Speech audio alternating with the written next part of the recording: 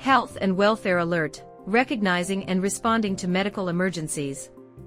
Why is it important? Direct support professionals, DSPs, have the power to save lives and prevent harm when they have a clear understanding of how changes in a person's behavior, habits, and physical condition can be a sign of a greater healthcare crisis. You can proactively support someone before an emergency by understanding their baseline, getting to know what's typical for them so you can notice any changes.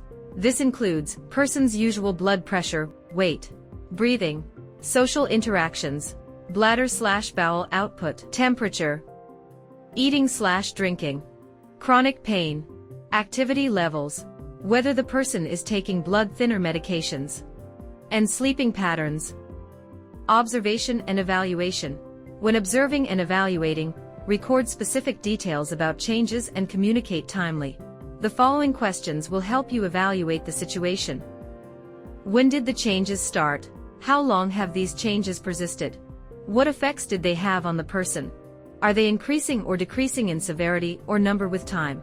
Sometimes, providers or family members ask to be contacted prior to the person receiving medical treatment. While providers should acknowledge family preferences, they must also ensure appropriate medical care and treatment. Often, families and guardians sign emergency medical consent forms to ensure immediate medical care is provided.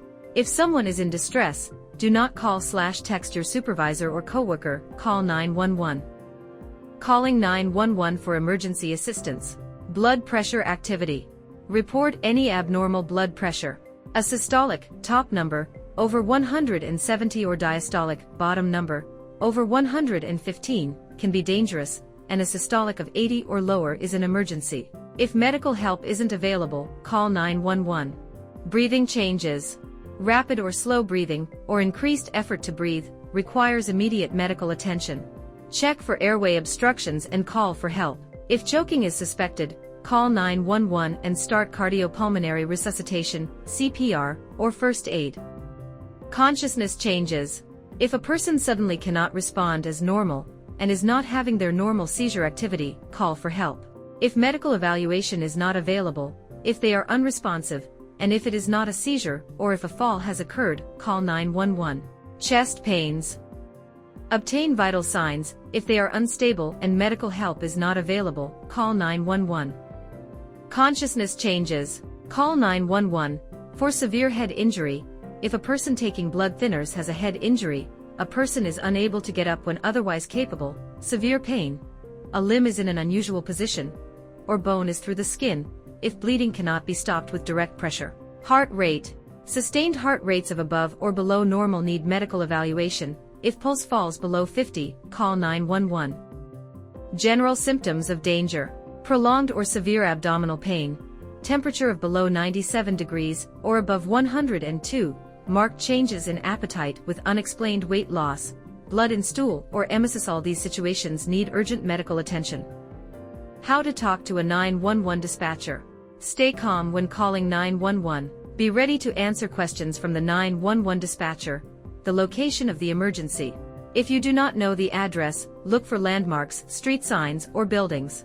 The phone number you are calling from. The nature of the emergency, such as medical, fire, crime.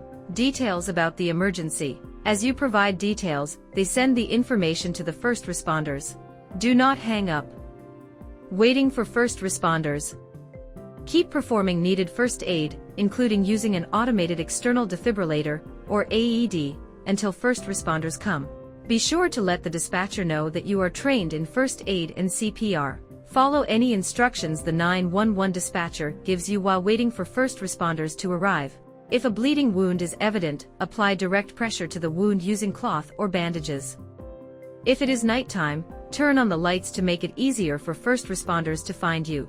If the person has do not resuscitate, DNR, advance directives, power of attorney, or other legal documents about their wishes for care for the paramedics or hospital, have them ready.